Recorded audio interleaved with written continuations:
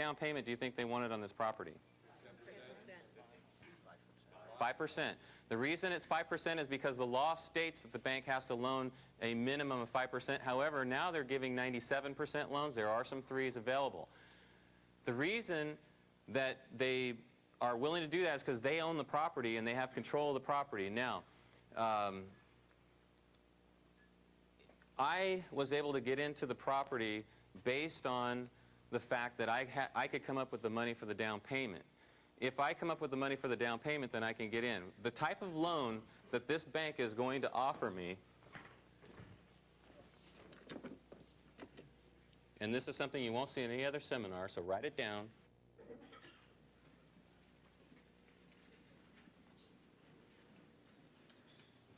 Portfolio loan. Now, that's not a specific type of loan, all right? It's not a specific type of loan. You can't go out and ask people, what can I get a portfolio loan? The portfolio is the properties that the bank have. That's their portfolio. The loan is from the bank. The portfolio loan can be offered to anybody that the bank chooses. Now, in order to get this loan, you have to pretty much write a whole life story on your reasons why your problems in your credit. So if you're having credit problems, you know, my wife divorced me, she was a real whatever, and she took off with my daughter, and I went through a lot of emotional problems, that type of thing. And you write it all out. Now, if you want to handwrite all that, because no one wants to read all of your handwriting, and it's much more likely that if they have to sit through that whole thing, they're going to be much better off. They're going to be much better off just passing you through. So handwrite everything. Don't type that stuff up, just for a little inside information. Okay, so I got a portfolio loan now. How much money am I going to get at the bank if let's say I have $5,000, that's all I have, and I put $5,000 in the bank. How much money am I, what's my percentage rate? Right now. What is it? 2.5%. So I make 2.5% on $5,000 if that's all I have. How many people have about $5,000 to invest? Come on, be honest. Credit cards, whatever, but mostly cash, $5,000 bucks. Now, what's your name? My name? Yeah. Mike? Mike. Mike. I'm willing to secure with real estate a $5,000 loan. So I need your $5,000, and I'm willing to pay you 8.5%. That's what, 3 times the amount of money you get in the bank. And I'll secure it with $8,000 in equity in my property in an upscale market. Fair enough? Would you be willing to do that? Sounds like a good deal. Yeah, I mean, you basically will create a second mortgage, and then Mike would then have a lien on my property, but he'd loan me $5,000, and then I would pay him back in 2 years. Is that fair? Mm-hmm. Does anybody else want that deal? You got $5,000 bucks, it's sitting in the bank at 2.5%, and I'm willing to offer you 8.5% on your money for 2 years. Anybody want the deal? Okay, good. I'm glad we're in agreement. That's exactly what I did. I didn't have 5,000 bucks. So what did I start doing? Talking to people, talking to my parents, talking to my friends, talking to my neighbors, talking to whoever it was, because why? I wanted the deal. And I was willing to pay 8.5%. Okay? Oops, wrong slide. Let's see. Here it is. Okay. So I'm buying this as my primary residence. My loan amount is $5,000. My interest rate is 8.5%. My terms are 24 months. And my monthly payment turns out to be $227.28. That's to my investor. That's not my principal and interest payments on my house. Okay? Now, if we look at the Pittimer formula on this, and this one is as an investment property, so we won't look at it. Right now, we're just talking about me as an owner-occupant. The asking price was $73,000. The fair market value, according to my comparable market analysis, was $73,000.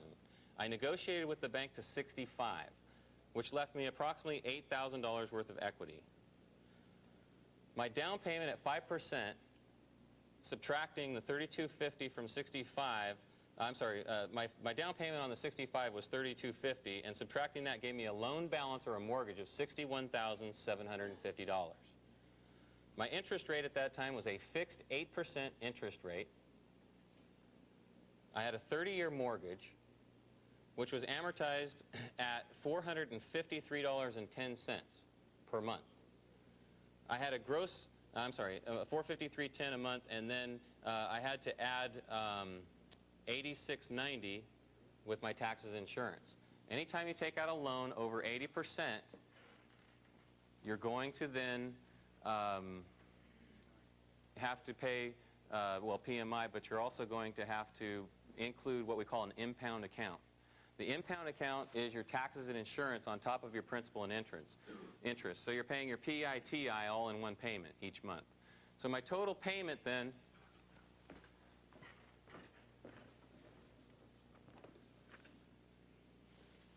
per month was $767.28.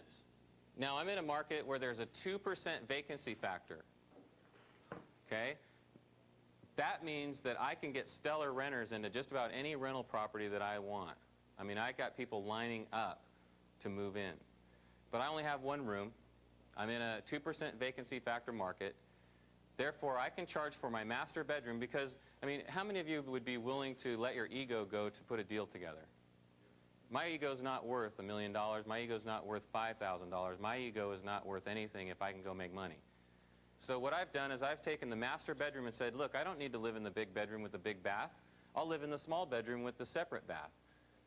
So I live in that bedroom with a separate bath, and I rent my room out for $350 a month, which means I'm now paying $417.28 a month for my own home. Can anybody see where I could afford that? I can afford that, can't I? Matter of fact, $417.28 a month is less than the $540 a month I was paying with my principal and interest, taxes, and insurance, isn't it? So literally, I've got a positive cash flow. All right? I also consider my $350 a month income because I put this deal together and I've got a separate income coming in each month of $350. If I multiply the $350 by 12, that gives me a $4,200 a year income. Whether I'm paying $700 or not, I'm still getting a check every month for $350. All right? Is that a good deal? Okay, I own my own property at $417.28 a month, and I'm also getting the 5 different ways of creating money in real estate, aren't I? So let's look at the investor. Let's look at this as an investment property now. If I look at my pity MERV, I've got principal and interest at $453.10. Okay? I've got taxes and insurance at $86.90. I have no management. I have no utilities. And I have no repairs and no vacancies at this point because I'm still living in the property. Okay? So if I look at this as an investment property, I'm going to have to add the 25 for the repairs and the 25 for the vacancies. The reason I add the 25 for the repairs is because I like to put a little bit of money away each month based on the repairs that I might need. And it goes into a separate account.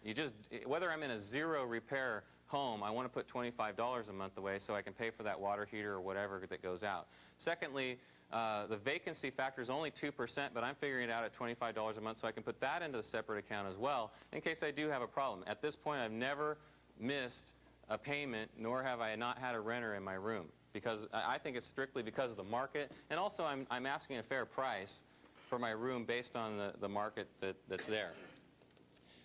Now, the $5,000, I consider the $5,000 my total investment in this deal. However, normally you don't include your points or additional fees on top of your down payment as part of the investment. But in this particular situation, I'm going to add in my $5,000 down payment. So I've got a $61,750. I've got an 8% interest rate. I've got a 30-year mortgage, $453.10, plus I've got my net operating expenses, which I would have to add to that, which is $590. I subtract that from my $750 a month, which I would get on the home if I was to rent it out today without living in it. Okay, so if I took the home, if I moved out of the home today, I rented it out, I could rent it for $750.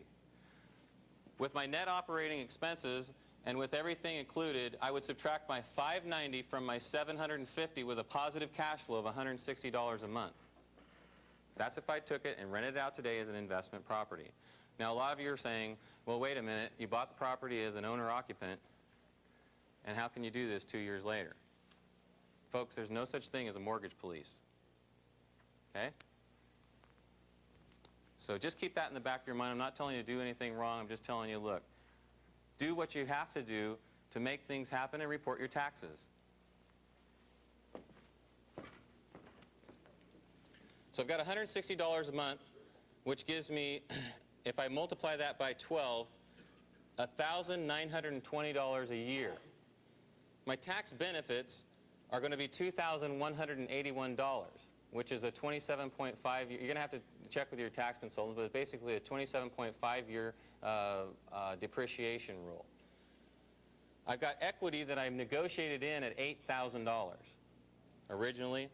I have appreciation of $3,650 for that year based on the fact that it's a 8% appreciative market, which actually 5% appreciative market, and this market currently is much higher than that. It gives me a total investment return in the first year of $12,101.82. Okay? If I take the $5,000, which is my original investment, and I divide it by my $12,101 profit. Am I still blocking your way? I'm sorry. No? Okay. If I take my $12,101 profit and I divide it into my $5,000, my original investment, that gives me a 41% cash-on-cash return. Okay? Does everybody follow that? You take your original investment, you divide it by your total amount, it gives me a 41% total cash-on-cash return. Does anybody want 41% on their money? Did I have to buy this property at 50 cents on the dollar? No. It's a simple, simple deal. And the purpose for this deal is basically to show you the how simple real estate deals are, and to look at things in a little bit different way, to look at things through a different set of glasses, to look at things in your own way, and to develop and use your entrepreneurial skills to utilize in a vehicle of which we've already set up for you. Real estate is something that's already done. It's a vehicle that already moves. You take what you have and you develop into it what you have, and it becomes more than what you ever thought it would be. In a realistic market right here, Yes. shouldn't we adjust for a depreciation when we're making an offer, and how would you account for that? Yes. Remember, all deals are going to be, all deals are going to be based on an individual level. Fortunately, this one's in a hot market, and I got into it at the right time. However, you can still find the same types of deals in your own market, and what Gilda is saying is that she's asking, wouldn't we want to adjust our figures on this formulas for our own deals? And I'm saying yes, absolutely. And that's why you're going to have to be able to take everything that you have before you put the deal together and realize where your opportunity is with each deal that you're working on. So how would you account? You take a depreciation factor and you take a return on your equity that's acceptable to you, then make an offer? Can we run through an example of how to make an offer in a depreciating market? Okay. She's saying, can we run through an example of how to make an offer in a depreciative market? Quite frankly, I can't do that because I'm not set up or prepared to do that, and I don't want to take time away because we're running kind of short here as it is. We need to get started with the other speakers right away. What I am going to say, though, is that in a depreciative market, when you're selling contracts, you're not buying for yourself. And I'm not going to teach you folks this week or this weekend how to buy properties for yourself necessarily. Some of the other people will come in and do that. What I'm teaching you to do is to do the footwork and to recognize an opportunity like this, whether it be in a depreciative market or in a market that is in a hot market, and to be able to turn that contract over or that idea over to someone that can afford it. Does that make sense to everybody? What? Yes. Okay. So that's the key, is that you are able to go into any market, whether if it's a depreciative market and all these REOs are going back to the bank, where's your leverage going in on the negotiations? Way up there. They're way up there because all these banks are seeing all these properties come back in and they don't know what to do. They've got non-performing assets and they have no money to support them. Are you guys in a good position here in LA? Absolutely. You're in an absolutely wonderful position here in LA. However, you have to be able to recognize your market and buy these properties and be good negotiators to the point where you can buy the property at below what everybody's thinking their property's worth. I guarantee you, every one of you in here today think your property's worth more than it really is in LA. I can tell you that right now. Because I talk to a lot of people down here, and that's exactly what happens. Is everybody has this imaginary vision of what their property's actually worth, but in a diving market, it is not worth what you think it is. If you can't sell it for that price, it ain't worth it. And that's the bottom line in a depreciative market. Yes, I'm going to take 5 questions from people who have not asked me a question yet, and then we got to get going. Okay? Are the investors buying properties to keep for a while, or only quick turnover properties? The investors that would get involved from the list. It depends. And the question is, are investors going for a quick profit, or are they going to hang on to the property? It's going to depend on the individual property. If I'm in a market that's depreciating and I just sold a property and I got a profit, where do I want to invest? In a different state, or in a different market like Reno or Texas or somewhere up in the north. Somewhere where I'm not in a depreciative market. I'll take my money out of those deals, and that's it. Any other questions? No other questions? One question over here. One of the risks you never mentioned that's getting pretty hot now is the EPA. Like, you know, if there's an old fuel tank or old chemical tank, old service station lots, people should be very careful in analyzing their properties that they're not running into those Herb's saying, be careful of your EPA position. It goes into your analysis, your physical analysis of the property. When you're doing your research, make sure that you look at old tanks buried, that type of thing, and you don't get yourself involved with the EPA. One more question, and we got to get going. If there's no other questions, then we're set for lunch.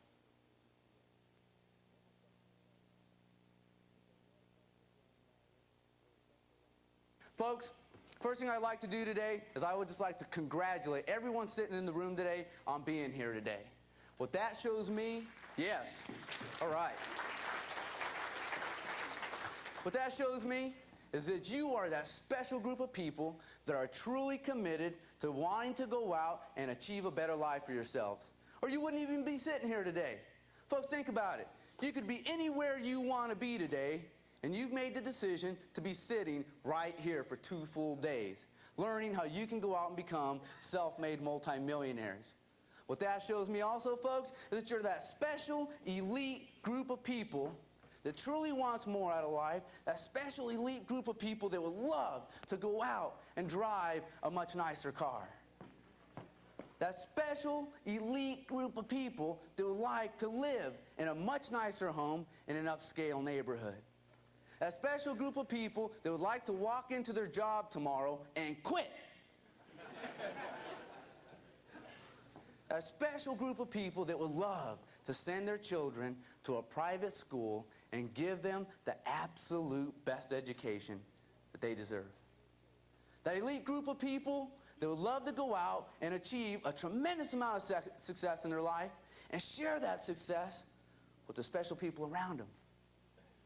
That special group of people that would love to go out on that dream vacation wherever they want for however long they want to go on it. Folks, to have all of these things, what do you need? Money.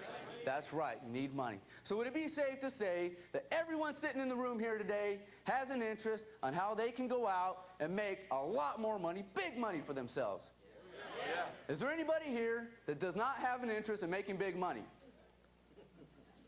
Okay, I'm with the right crowd today. I want the crowd. The only thing you're going to learn from me here today, folks, is how you can go out and make yourselves a ton of money. That's why I'm here today, is to teach you that. Because think about it, folks. How would it make you feel if you never had to worry about the pressure of your bills ever again? That's right. How would it make you feel if on Monday morning, after spending a nice, relaxing weekend, sitting on the beach with your friends and your family and the people you care about, you knew you did not have to get up Monday morning, hop on that 405, drive 2 hours to work, just to work a job for someone else? How would that make you feel? How would it make you feel if you could spend all the quality time you've ever wanted to spend with your family and the people you care about. How'd that make you feel? That's right. How would it make you feel if you knew that every single hour that you did work, you were working for you and not for someone else? How'd that make you feel? Yeah. How many people are still working a job? Whoa. Folks, all of you that are still working a job, I'm going to tell you something that's no secret. If you're still working a job, you are working to achieve someone else's dreams. It's your hard work that allows the owner of your company to drive that fancy car. That's right. It's your hard work that allows your boss to live in that fancy house. You make his mortgage payment. It's your hard work that allows your boss to put his children through a private school. It's your hard work that allows your boss to take that 4-week dream vacation to the Caribbean every single year. You pay for it. Can you repeat that? God damn.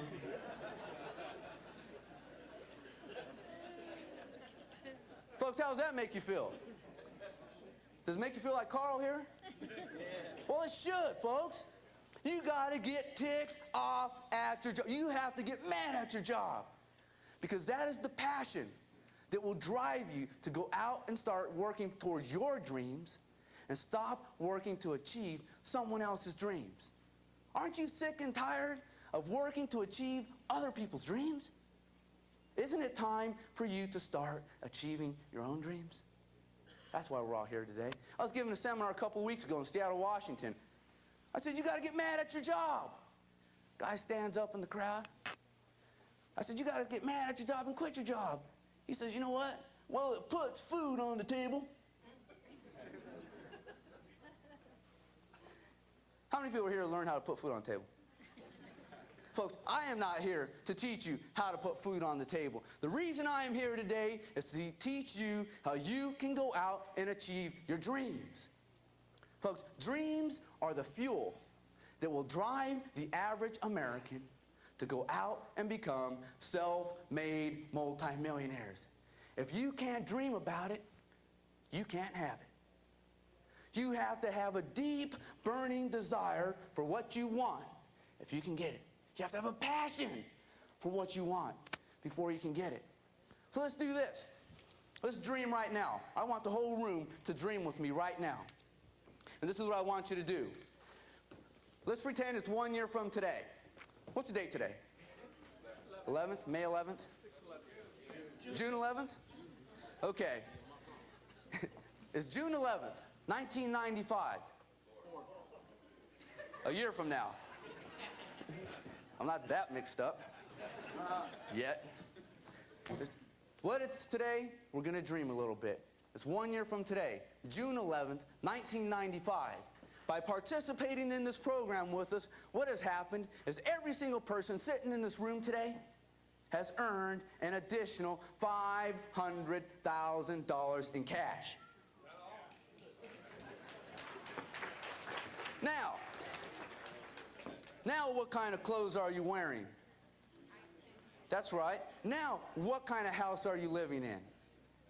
Now, what kind of car are you driving? Now, where are your children going to school? Now, where did you go on your dream vacation and for how long? Did you even come back? It's June 11th, 1995. You earned $500,000 cash and, more important, you learned a strategy that will pay you a minimum of $500,000 cash for the rest of your life. And on this day, you're sitting across the table from your boss. What gesture are you making towards your boss that day?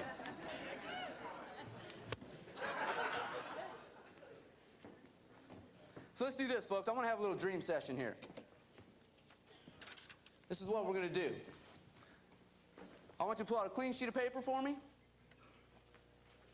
Clean sheet of paper, and I want you to write down 4 things for me. The first thing that I want you to write down, now what we are doing here, is this is our dream session.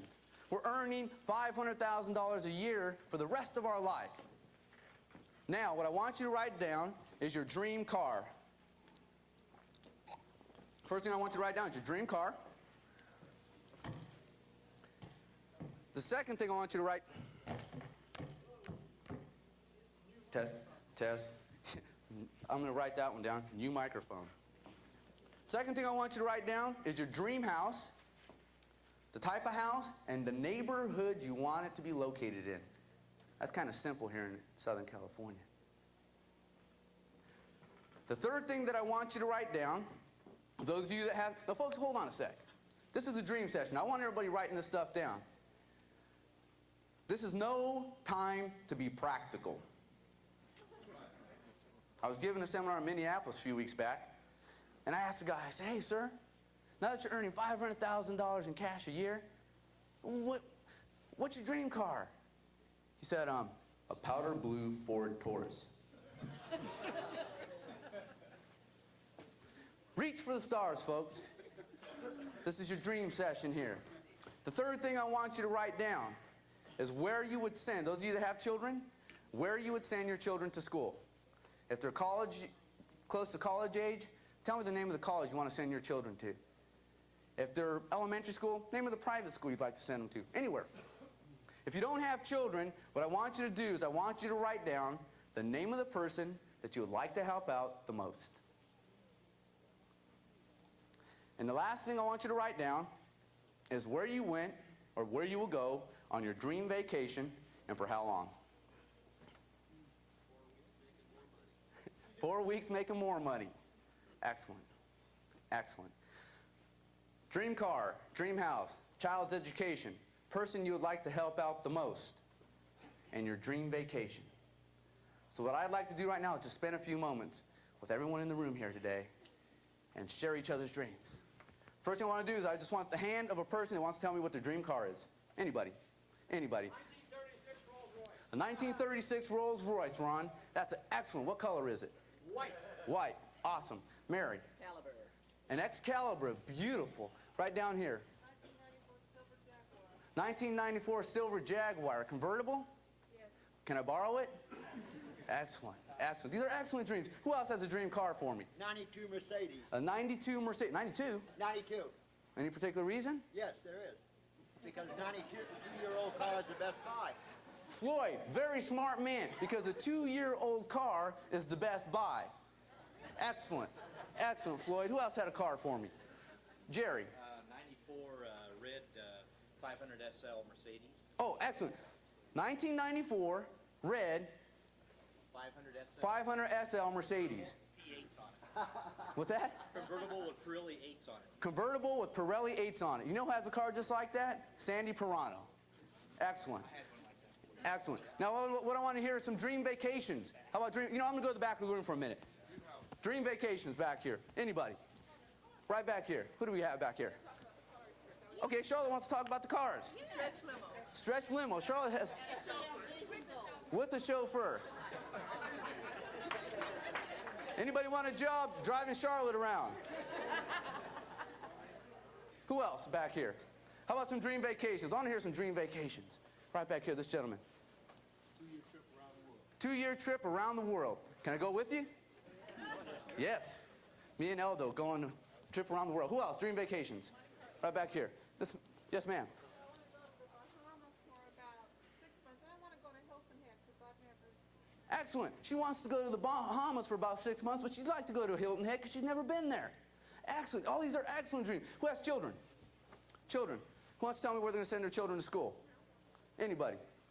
UCLA. Jim, UCLA. Joe. Azusa Pacific. What's that? Azusa Pacific University. Azusa Pacific University. Never heard of it, but excellent. Christian school. Excellent. Excellent. No, that's excellent. Frank. Trojans, SE. USC. We've got a USC fan in the crowd. Excellent. Who do we have? Vincent. Tuskegee College. What's it called? University. Tuskegee University. Tuskegee University. Where's that at? Out in the Midwest somewhere. Out in the Midwest somewhere. Last week, who has? Stanford. Stanford. Jerry wants to send Jesse. First Hybrid Corp. Jesse's had First Hybrid Corporation. That's where he's saying, yeah. Hey, last week, I said, where do you want to send your children? Where do you want to send your children to school? Some guy said, as far away as possible.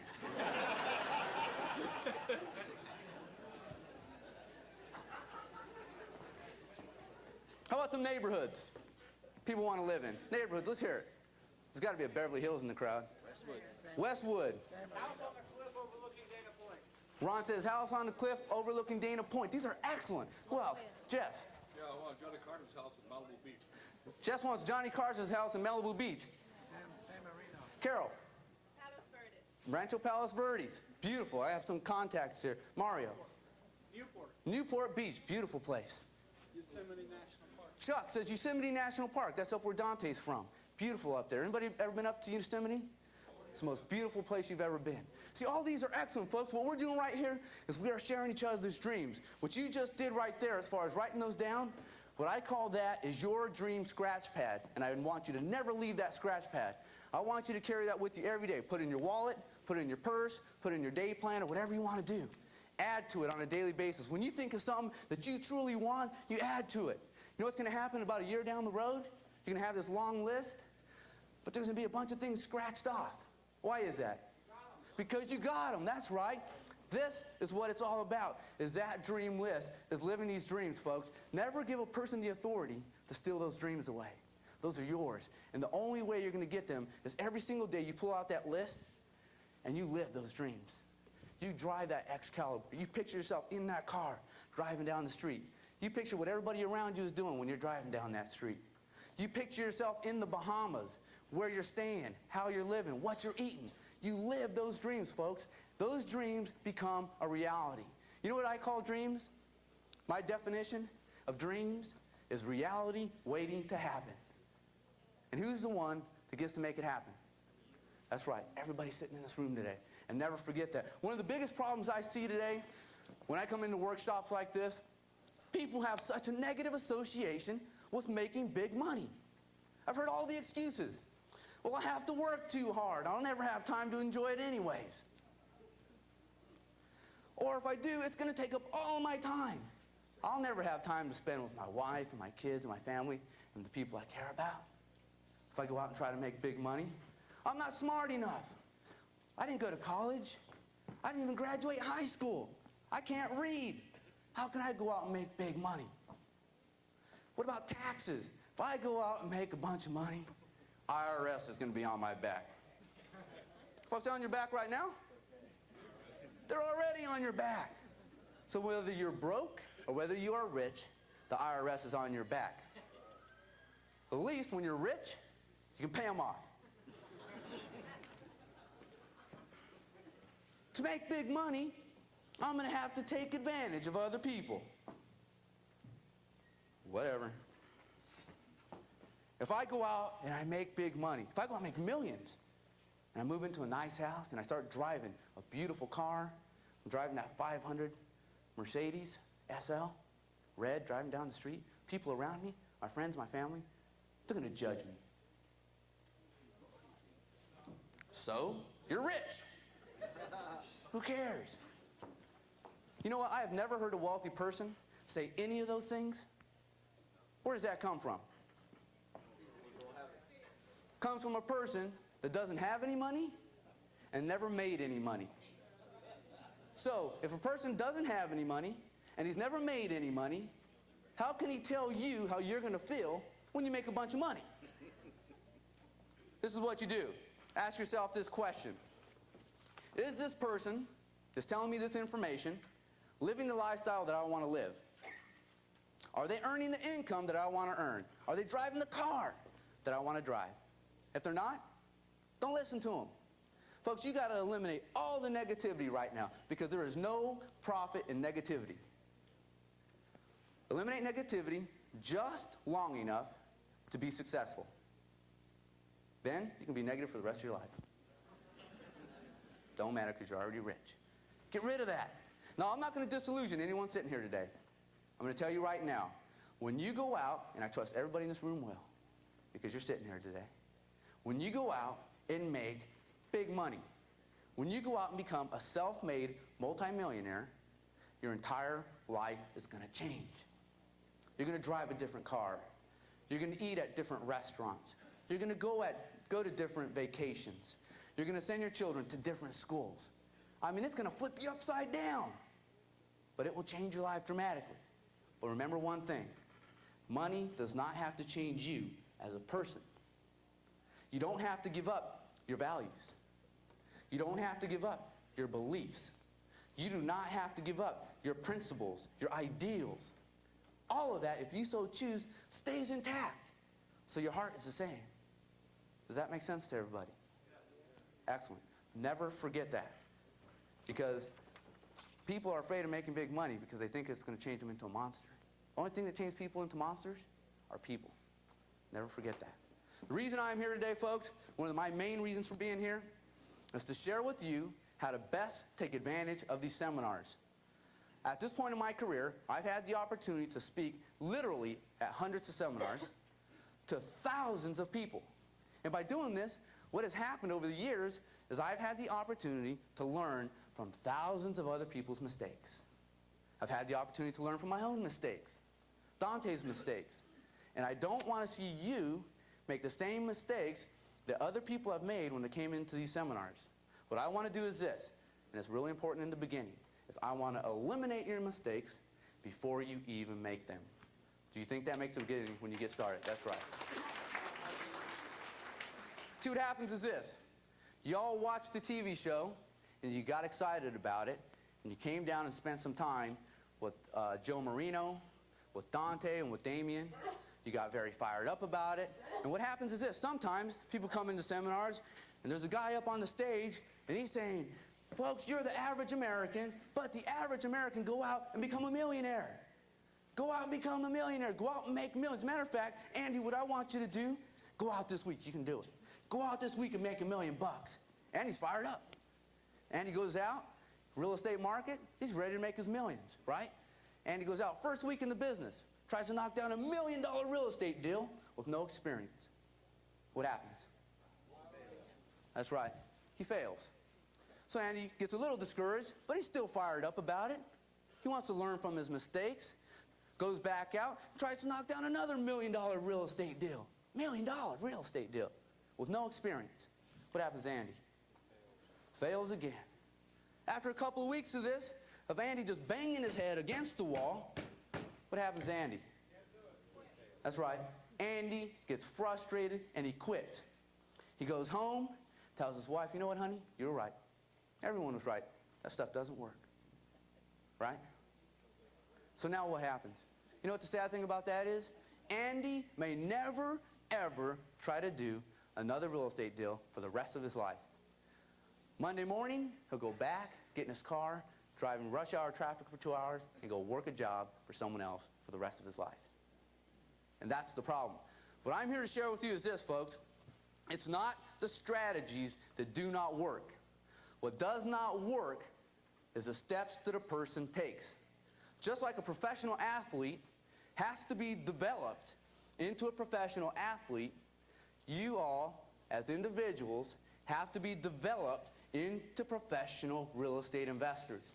You have to start off at the amateur level and do amateur level real estate deals and develop yourself over a period of time into a professional real estate investor. Does that make sense to everybody? Yeah. Excellent. It's kind of like this. It'd be kind of like this. You take a boxing coach. Take a boxing coach, and he has an amateur boxer. And the coach is firing up this amateur boxer, and he says, you know what, kid? You've dreamt about it. He's a heavyweight. You've dreamt about it. You have a deep burning desire. He's been in the business 1 week. He takes this heavyweight amateur boxer. He says, here you go.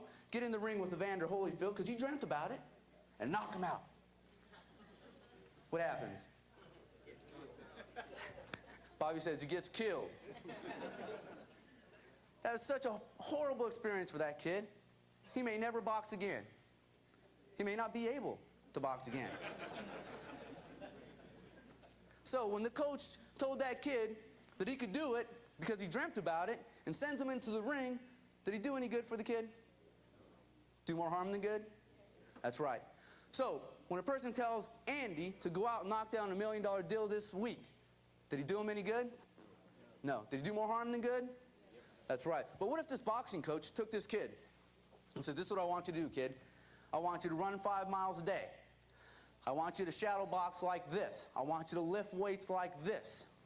I want you to jump rope like this. I want you to practice on this guy. I want you to practice on this guy. I want you to practice on this guy. Then I want you to have your first bout, and it's an amateur bout. And over a period of time, he develops this kid into a professional. Now, not only does he have the proper training, he still has that desire, and he's still dreaming about it. Then he takes this kid, and he puts him in the ring with Evander Holyfield, and he says, okay, Michael Moore, knock him out. What happens? He knocks him out, right? That's right. He knocks him out. So now when the coach developed the kid into a professional and says, get in the ring and knock him out, did he at this point provide him a true opportunity? That's right. He gave him a true opportunity, and when he went toe-to-toe with that $1 million deal, he has a true opportunity to knock that deal out. If he doesn't knock the deal out, I'll tell you one thing, in the real estate business, doesn't matter. Your training program that you're going to go through with me is going to make you more money than you've ever made in your entire life. It'll make you 100% financially independent. Now, if you choose not to go toe-to-toe with that $1 million deal, doesn't matter. You're financially independent. If you go toe-to-toe with the $1 million deal and you don't knock it out, doesn't matter. You're 100% financially independent. But when you do go toe-to-toe with that $1 million deal with me, you are going to have a true opportunity to knock that deal out. That is the reason I am here today. Now, I'm not discouraging you folks. Don't get the wrong idea. I am not discouraging you from going out and doing $1 million deals. The beauty of real estate is this. Everyone sitting in this room today is going to work at their own pace. Bobby, he might get after it. 2 months from today, he's knocking down a $1 million real estate deal. Michael back here says, you know what, Tony, I'm working a full-time job. I don't even have an interest in doing a $1 million deal, but I may work on one a year from today. Mary gets after it. She says, you know what, I'm doing one next week, and she knocks it out. But everyone's going to work at their own pace. And that's going to be up to you. The beauty of First Hybrid Corporation is this. We are going to work with you at any level you want to go. You want to put the pedal to the metal? Let's go. Hey, you want to putt along? Let's go. Doesn't matter.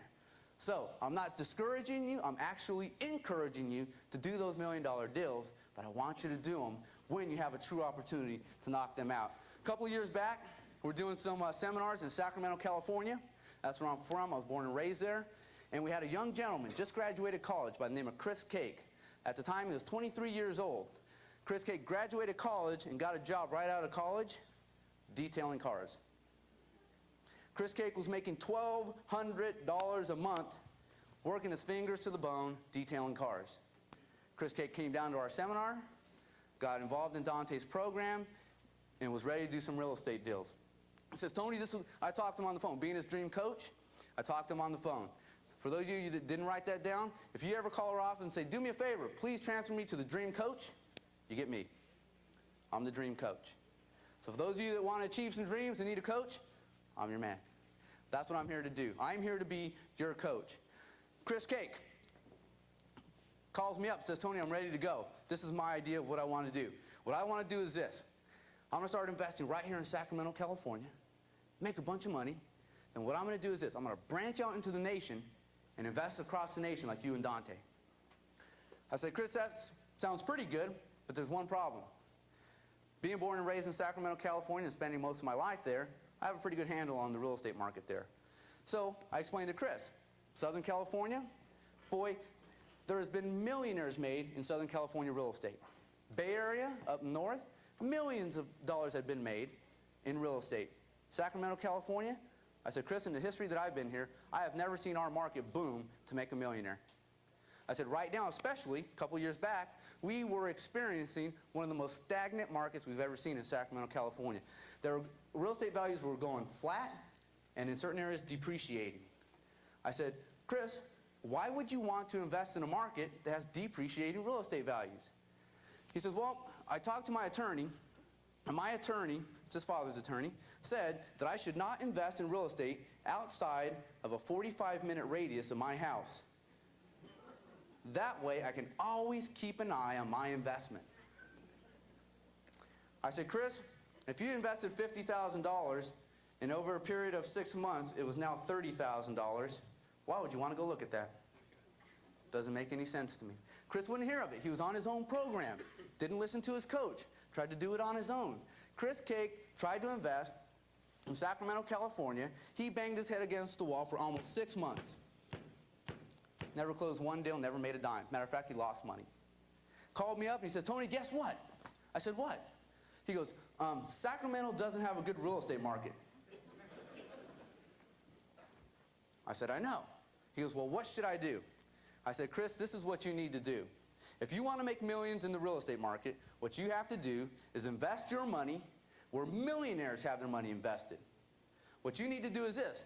Why don't you do this, Chris? Why don't you find the fastest appreciating real estate market in the entire nation and invest in that market? Folks, if you're putting your money in the fastest appreciating real estate market in the nation, what happens to your money? It goes up at the maximum level that it can. Everyone here, I am assuming, is trying to get from point A to point B, which is what they would consider their better life, as fast as possible, right? So shouldn't you put your money where it will grow the fastest to get you there the fastest? And that's what I explained to Chris. So what Chris started doing is he started investing his money exactly where Dante and I had our money invested. Why is Dante so rich? Do you think he knows the real estate market? Do you think it makes a difference if you put your money where Dante puts his money, what's going to happen to your money? It's going to do exactly what Dante's money does. That's why Dante's where he's at today. So we got Chris involved in this program. 8 months later, it took Chris 8 full months of steady, consistent real estate investing in the fastest appreciating markets in the nation, and Chris Cake quit his job, has never worked for another person, and right now today is a full-time real estate investor working for himself, and has never worked a job for anybody else again. Just by investing his money in the correct markets. See, those of you here, how's Southern California real estate doing? That's right. How's the majority of California real estate doing? That's right. Should you be putting your money here right now? Nope, not unless you want to watch it go down the tubes. It's kind of like this. Those of you that had an idea in your head like Chris, it says, I want to invest only in my local area to get started. It's kind of like this. If you're investing in the stock market, what would happen is this. You would only be able to invest your money in stocks whose home office is located right here in LA. Does that make sense to anybody here? Absolutely not. So if you did do that, what would happen is this. You would have never been able to invest into Microsoft. You would have never been able to invest into IBM. You'd have never been able to invest into Kodak. You'd have never been able to invest into United Airlines, McDonald Corporation. These are some of the most explosive money-making opportunities in the history of the stock market, and you would have missed them all by doing that. Exact same thing with real estate today.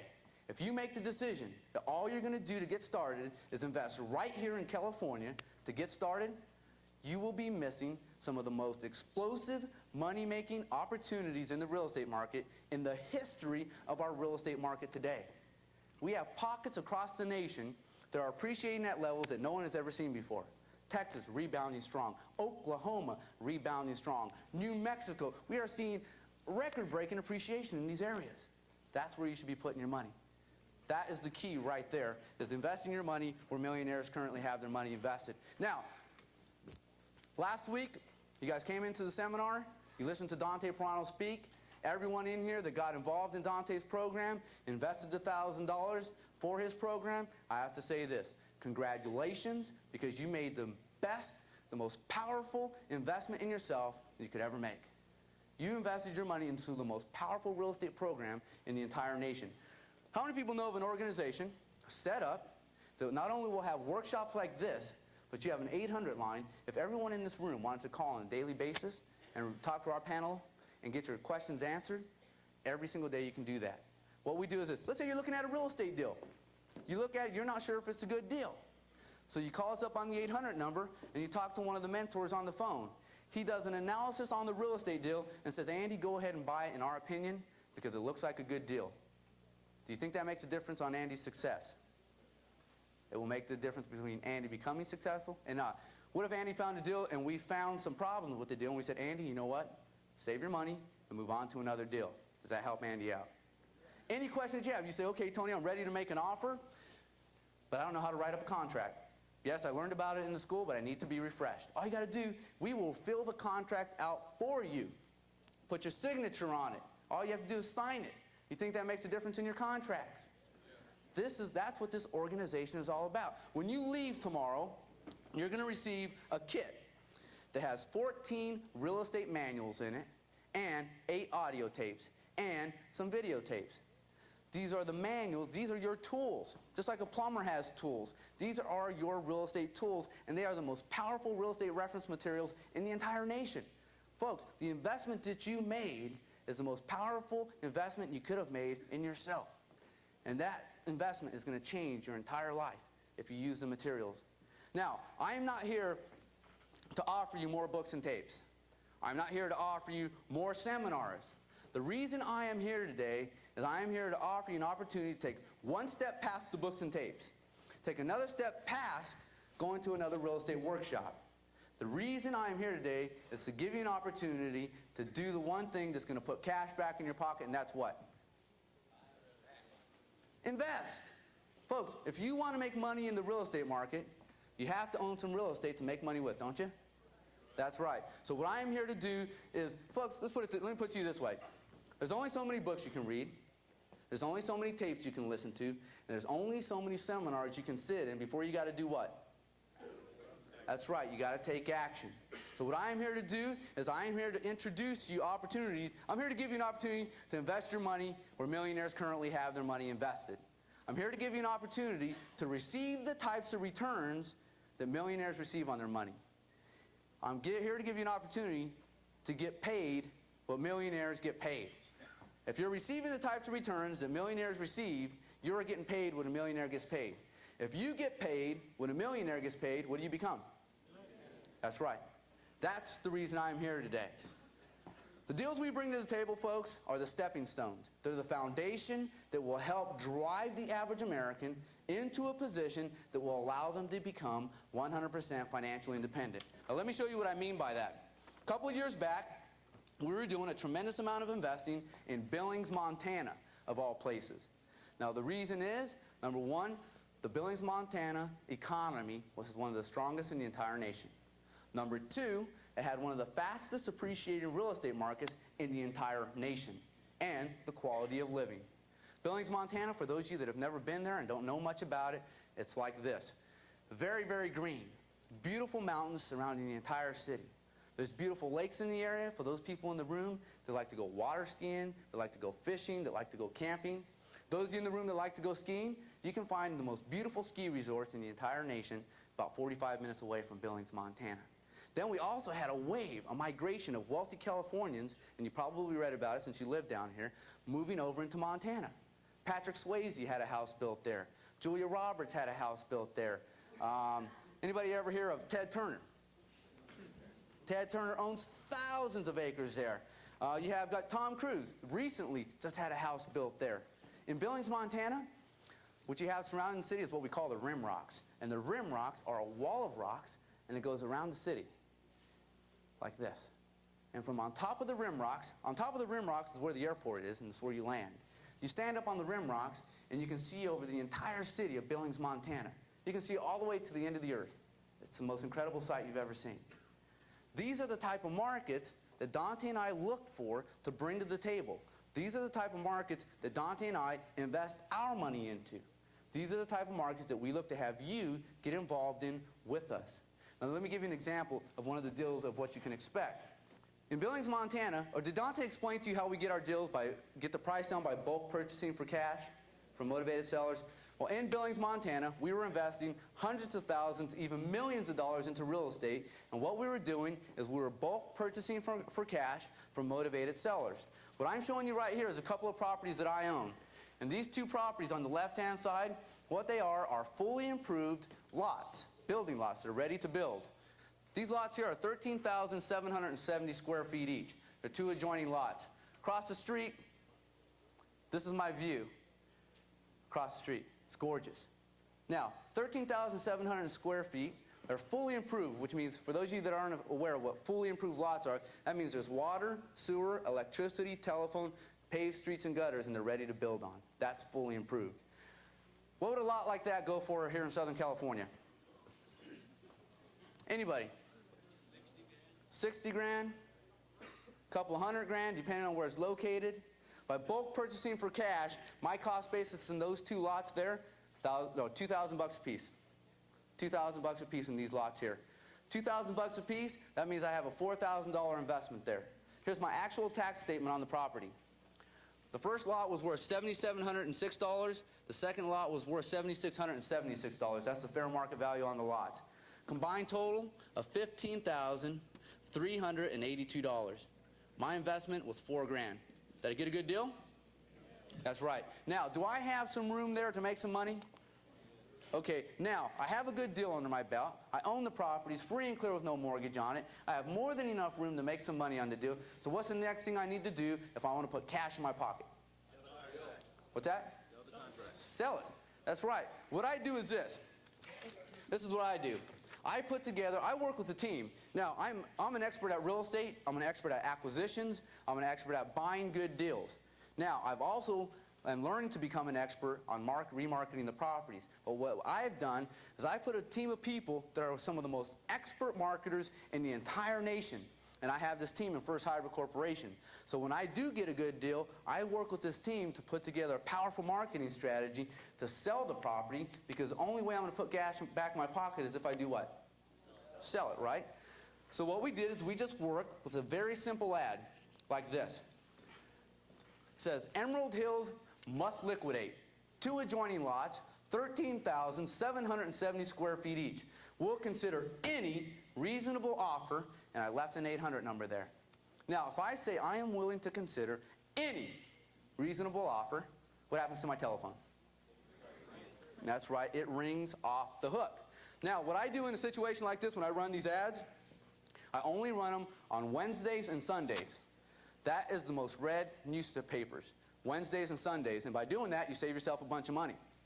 Ran this ad Wednesday and Sunday, and what I was receiving off of this simple ad here is about 20 phone calls a week. And what I was doing is answering phone calls, returning phone calls, and sending out information to people that had an interest. After 3 weeks, I had 62 people that had called in off of that ad. Now, how many properties do I have to sell? 2. I have 62 people that have money to invest and have an interest in investing in land. What do you think happens to the properties? That's right. They're sold. I sold these 2 properties in 3 weeks.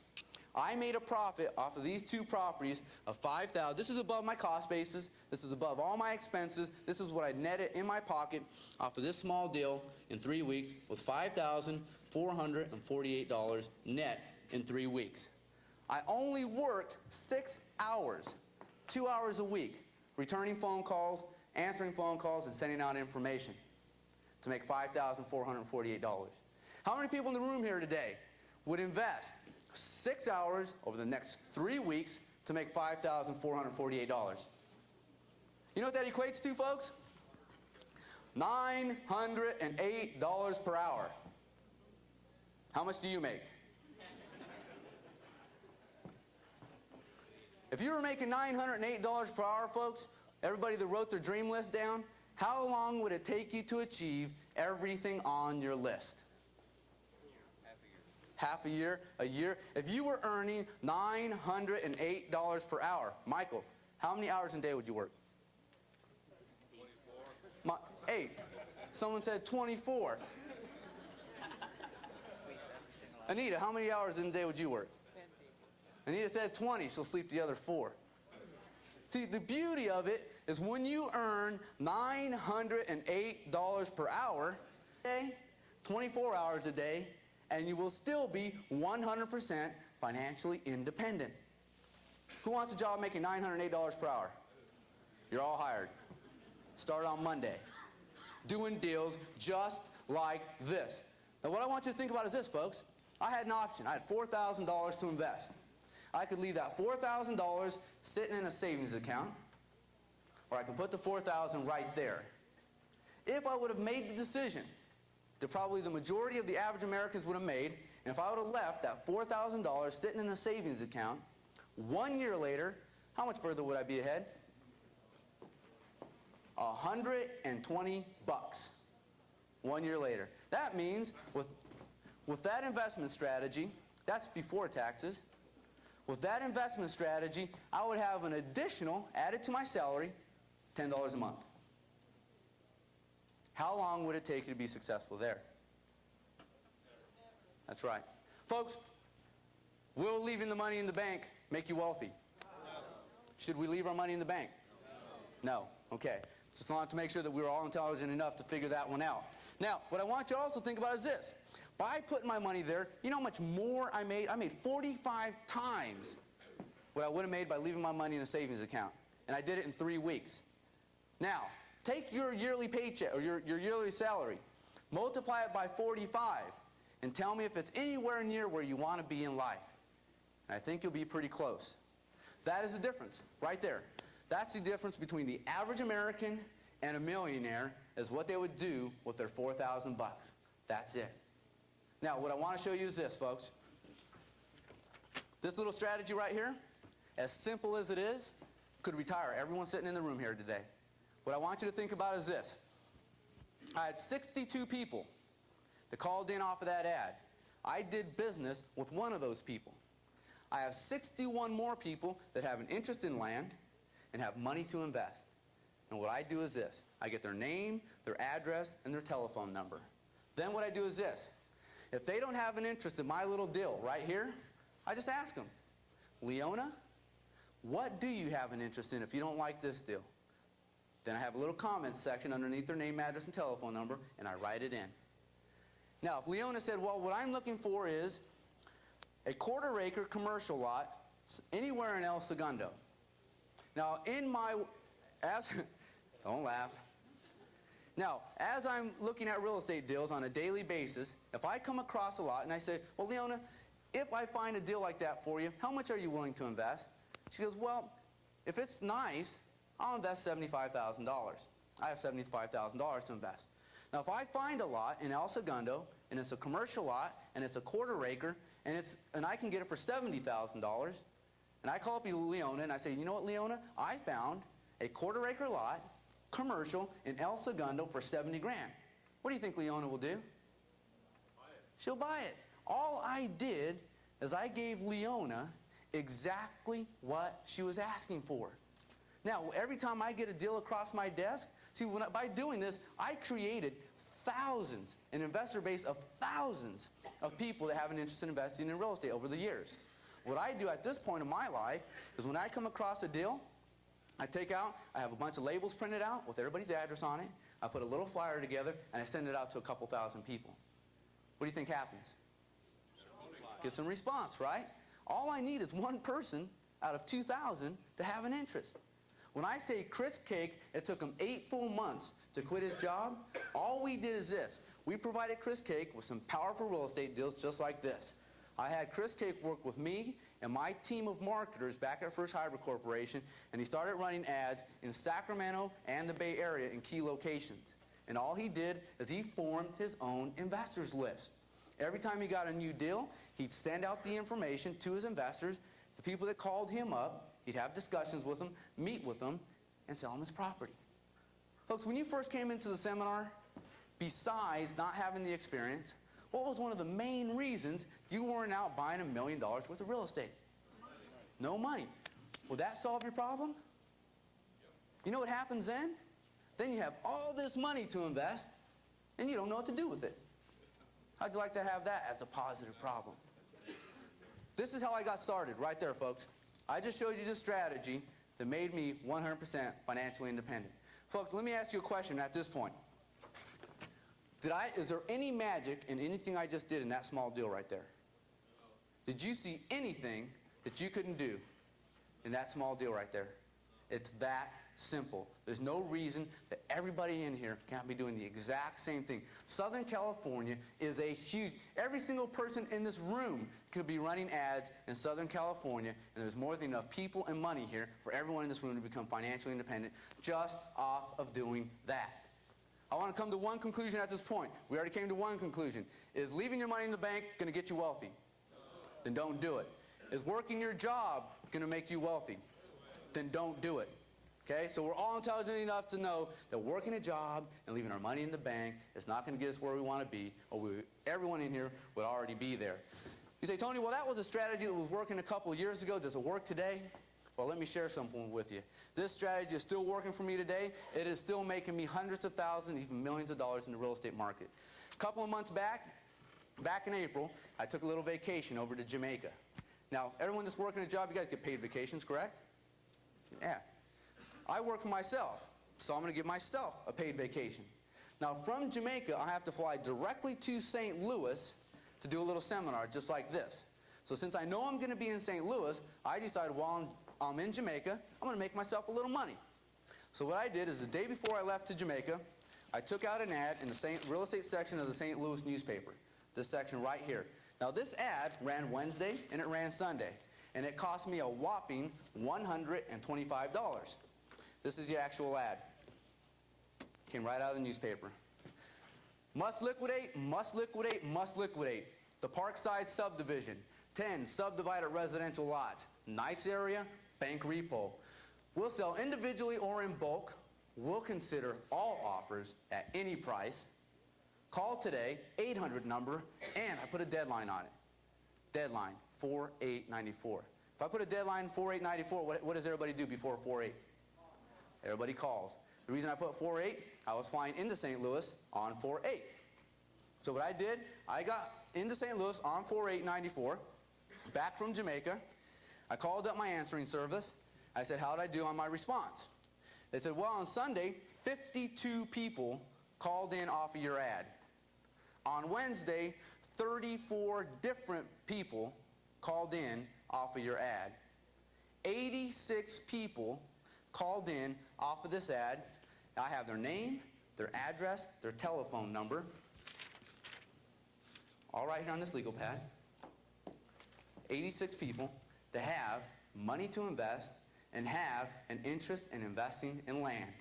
These 10 lots that I had for sale here, my cost basis in these 10 lots is $3,000 per lot is what I paid. These are fully improved. Water, sewer, electricity, telephone, paved streets and gutter, ready to build in an established neighborhood with houses right across the street. My cost basis is $3,000 by bulk purchasing for cash. I have 86 people that have an interest in the land. I only have 10 lots to sell. I send them out all the information. I send them out a portfolio on the property. I send them out a little videotape on the property. Then I put a little letter in there. And the letter said, I must have all offers 1 week from the day you receive this letter. Here's my fax number, and here's my address. So I just sit at my office, never even made a phone call yet. And I sit there and let the offers come in. Everyone that met my price, would I do the property? I sold it to them. I sold all 10 of these properties within the first 2 weeks after running this ad, and off of this small little deal right here, my net, when I got my check in my pocket, my gross was $53,982. $53,982. Subtract the 30 grand that it cost me for the lots. How much did I make? $23,982 off of this one deal in 1 week. So, now here, I have a strategy that is working for me. Do you think you can do exactly what I did here? Anything in that little strategy there that you couldn't do? Anybody? See, this strategy here could retire you. What the key here is this. If you had this ad running for yourself, for your own real estate, would that free up some time for you to go on vacation? Would that free up some time for you to spend with your children? Would you need to work a job if you had a strategy that was paying you $23,000 a week? If you had this strategy paying you if you had this ad running on one real estate deal, could you be out doing more real estate deals? Folks, there is no one in this room that can't do this. It is this simple. What we will do at FHC is this. We will work with you on putting good, strong real estate acquisitions together. Then what I will do is I will hook you up with our marketing specialists. And we will run key ads for you like this. Two things are going to happen. Number one, you're going to liquidate your real estate and put cash back in your pocket. And number two, you're going to develop an investors list of investors that have an interest in investing. And name, address, telephone number, and how much they have to invest. How many people here, I want to hear, how many people here just by, we'll just go with a, oh yeah, I guess. How many people here would have an interest in quitting their job, becoming financially independent in in 30 days? Okay, good. I will show you an individual that just this year quit his job, became 100% financially independent right now in 30 days. Now, I'll show you exactly what he did, and I'll show you the strategy that he used. This guy's name is Michael Hidalgo. Michael Hidalgo is located in Sausalito, California, up north. That's the Bay Area, for those of you that aren't familiar with Sausalito.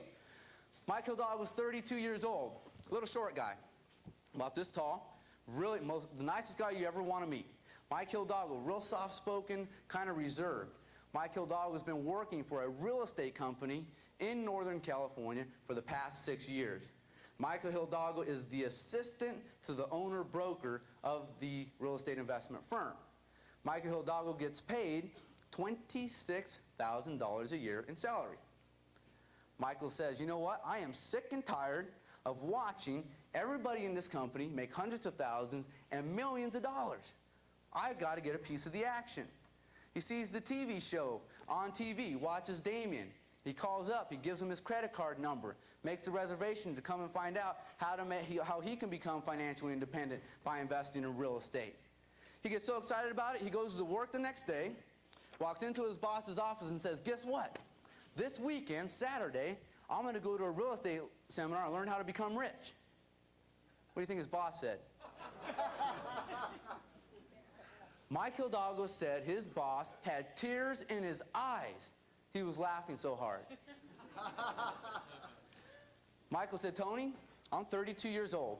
I have never been so embarrassed and so humiliated in my entire life. He says, right there, I made a decision. There is no way I'm going to go to that seminar and subject myself to that sort of humiliation. Mike Hidalgo went home that night, started thinking about it. He said, Tony, you know what? I already spent the $39 bucks. It was already on my credit card. I had nothing to lose by going down there and just seeing what it's all about. Came down to the seminar, did exactly what everybody sitting in the room here is doing here today. Got involved in Dante's program, came to the follow-up Jumpstart program just like you did, and what he did is this. He worked with me, we worked with him on a real powerful real estate deal in Texas, and what he did is this. Mike Hidalgo took his life savings. Now, Mike Hidalgo is engaged right now. Mike Hidalgo had about $10,000 sitting in the bank. Mike Hidalgo takes every dime that he has and invests it in real estate. Mike Hidalgo is no longer engaged. No, I'm just kidding. His fiance hit the roof, needless to say. But what Michael did is he invested it into a subdivision that Dante and I already had sunken our money into. He bought 3 of the properties. Then what he did is this. He worked with our panel back at our office to put together a powerful marketing strategy. That's the key, folks. Once you own the real estate, the key is this. You got to get rid of it if you want to put cash back in your pocket and do the same thing all over again. Mike Hidalgo started running ads in different parts. There's a place called Danville. Anybody ever hear of Danville? Very wealthy area up in Northern California. Santa Rosa, he started running ads in the Santa Rosa area, San Jose area. Key locations, running ads just like the one I showed you that I ran. Mike Hidalgo calls me up about 3 weeks later. He says, Tony, guess what? I said, what? He goes, I sold those 3 properties. I said, really? He goes, yeah. He goes, the guy that I sold the properties to had some friends. He has 3 buddies. He goes, and they're all buying property from me. He goes, as a matter of fact, I sold 16 of those lots. I said, Mike, you only own 3. He says, I know, that's why I'm calling. I need 13 more lots. So I sat down with Dante. Now, folks, you have to understand, these real estate deals like this do not grow on trees. They're not easy to come by, especially right now. So I sit down with Dante, and Dante and I handpick out 13 more lots for Michael. Michael sends me this letter. This came when I was in Jamaica, April 4th, 1994. He got involved in March. This is his actual letter. I also wanted to let you know how things have been going since I started working with First Hybrid. At the beginning of March, I bought 16 improved subdivision lots in San Antonio from Tony Martinez and have sold them to 4 separate 50-50 partnerships for a profit of about $10,000 and retained a half interest in the equity and appreciation. Do you see what he just did there? This is what Mike Hidalgo did. He bought the lots for $3,000 a piece. He turned around gave them to his investors for $3,700 a piece. Fully improved, ready to build. Did he give his investors a good deal? That's right. Then what he did, he says, you know what?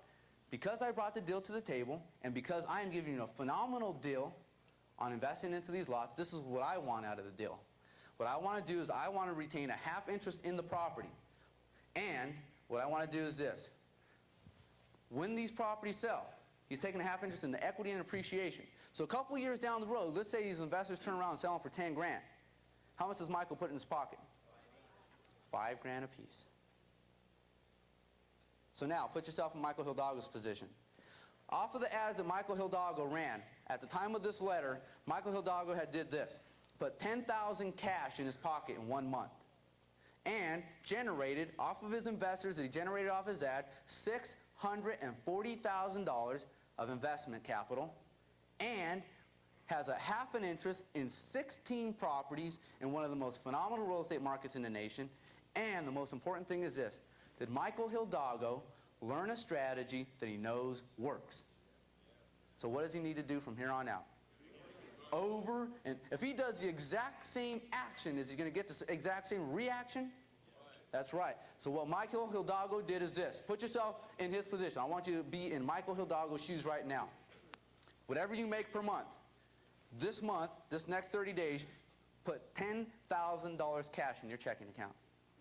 Then have a list of people with you have now $640,000 to invest. All you have to do is go out and find these people a deal. And you have a half interest in 16 properties. Does that add to your financial statement too? That's right. And you have a strategy that you have proven to work. Can you quit your job?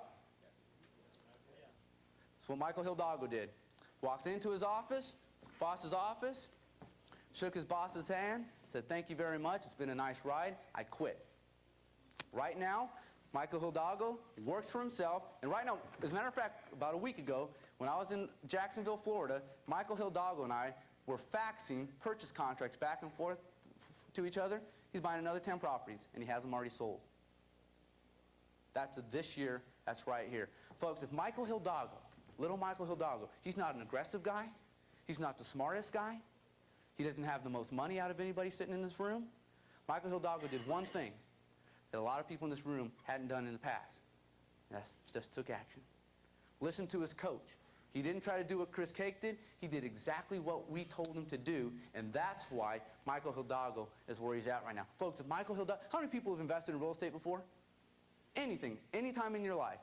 All of you that just raised your hand, Michael Hidalgo still doesn't even own his own home. Never done a real estate deal. Been working for a real estate company. If Michael Hidalgo can make 10 grand his first month and take a half interest in 16 properties, everyone in here, you guys should be doing 2 times, 5 times, 10 times what Michael Hidalgo is doing. Did Michael Hidalgo do anything magical there that you can't do? Folks, there's nothing that Michael did that you can't do also. Everybody in this room, folks, you all have it in you. If you didn't have it in you, you wouldn't be sitting here today. All you have to do is do what Michael did, and you will get what Michael has. What Michael did, the thing is this. Someone had mentioned, well, what about the real estate deal? Where do we get the property? How do we get the property? How does that all work? What we have is what we call our Jump Start Real Estate Investment Program. This is our Jump Start seminar. This is where you're sitting in right now. We have a program set up, and what it is this. It is designed and structured to help jumpstart the beginning investors into a successful career in real estate. Kind of kicks you out the door, if you will, is what it does, and gives you a jump start out there. Now think about it. 10 grand if you made 10 grand your first month, would that give you a jump start? That's right. Did Michael get a jump start? That's right. That's what the Jump Start program is designed and structured to do. What we do is this. Dante and I will take our money, our expertise, and we will go into these markets just like this. And rather than you having to come up with a bunch of money up front to try to do a bulk purchase, which the majority of the people in this room probably cannot do, Dante and I will take hundreds of thousands, sometimes millions of dollars. We'll go out, do a bulk purchase for cash, bring the price down in the property, down dramatically, so we get a huge discount on the property. Then what we will do is this. We'll say, everybody that got started in our program, you have an opportunity to participate in one of Dante and I's real estate deals. We do it together, which means this. We'll have a subdivision. Let's say there's 80 lots in the subdivision. Dante and I will probably keep about half. That's what we normally do. Now what we will do is the other half we will release to you all here. And what you will be doing is putting your money exactly where my money's invested. You'll be putting your money exactly where Dante's money is invested. If you do that, are you going to make the same amount of money we do? Yes. That's right. Now think about it. In these cases, the other thing that we do to help you feel a little bit more comfortable and kind of lock us all in the deal together is your property will be adjoining our property, which means your money is connected to my money, right next door. Do you think that makes a difference when you're first getting started? That's right. We all participate in the deal together. In this Jumpstart program, you will not put your money where Dante and I don't have our money invested also. We will not bring those deals to the table for you. The only deals that you will get involved in through this Jumpstart program are deals that Dante and I have our money invested into also. It's like kind of getting a big melting pot. Dante and I mix it up, all of our money, do a deal, throw your money in with it, mix it up, you get your own individual properties. We're not in partnerships. I want you to understand that. You own your own individual property, free and clear, no mortgage on it. We all participate in the deal together. Do you think that makes a difference? That's right. The other thing that we do in the Jumpstart program to help you get started, like Mike Hidalgo, he invested in the properties in San Antonio. One of the things that we do is we put together a professional real estate market analysis on the property. Tells you everything about the property, tells you everything about the market that you're invested in, all the demographics, all the real estate trends.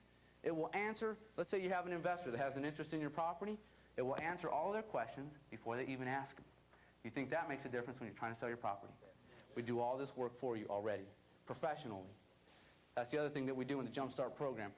Dante probably showed you testimonial after testimonial after testimonial of people that got involved in our program, became financially independent, and made a bunch of money.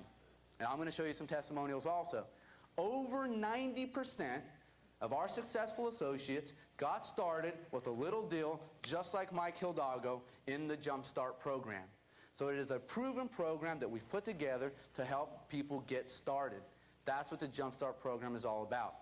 Number one thing you need to do right now, folks, more than anything else, the sooner you get started investing, the sooner you'll start making money. And that's what it's all about. Talk to you about another guy. This guy here. His name is Matt Hazard. Matt Hazard got started in our Jumpstart program 2 years ago. It was 2 years ago in February. Matt Hazard lives in Seattle, Washington. At the time when he joined our program, he was working full-time for a company called Quantum Medical. Quantum Medical is a large corporation, has about 423 employees at the time. Matt Hazard had never invested in real estate, didn't own his own home, had no experience and very limited capital to get started, and very limited time because this gentleman was working 8 to 10 hours a day, 6 days a week. Matt Hazard got involved in our program. The deal that we brought to the table back then, this was one of the deals. It's called the Lake Hills Subdivision. And all these red dots that you see in the middle here are all properties that we let people get involved in through our Jumpstart program. What they are third-acre, subdivided residential lots. Actually, I think I have a picture of the subdivision. It's a golf course subdivision. All these red dots here are lots that we let loose to our investors just like yourselves. All the yellow lots in the center there are the ones that Dante and I own. So as you can see, our lots were adjoining your lots.